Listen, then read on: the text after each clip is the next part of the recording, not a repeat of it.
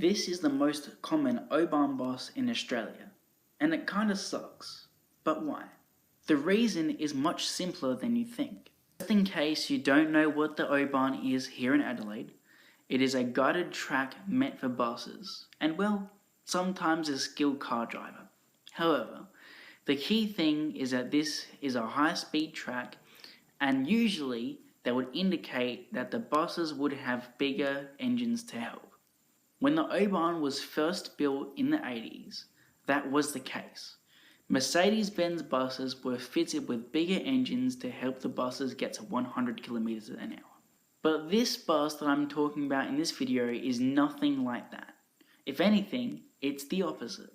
This is the Scania K230 rigid O-Bahn bus, and it is, as of 2026, and the last 15 years, the most common O-Bahn bus, replacing the aging Mercedes-Benz and older Scania rigid buses, which, for whatever reason, the Scania L series buses were getting replaced even though they had another 20 years left in them. And they are still one of the most common buses today. But that's not this vid's topic, so moving on. The Scania K230 rigid started getting put into service around 2009, and only with 230 horsepower in the buses, they were slow, like really slow. These buses actually have the same amount of horsepower as one of these things, the MAN NL232 CNG, which is one of the slowest buses in Adelaide Metro's fleet, apart from the NL202 CNG and NL202 CNG articulated. But keep in mind, these buses were in service while the O-Bahn was still at 100 kilometers an hour.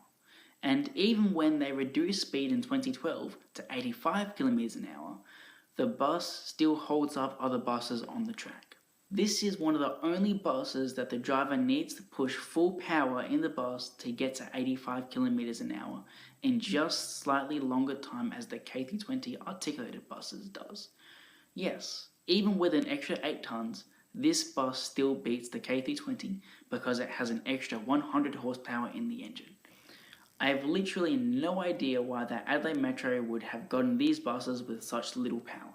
Compare that to the K320 rigids, which I like to call the rocket ship, or even the K280 rigid, which is still quite fast, or even the K360 articulated, which honestly I'm a bit underwhelmed for how much performance this bus gives for a 360 horsepower engine, but that's another vid.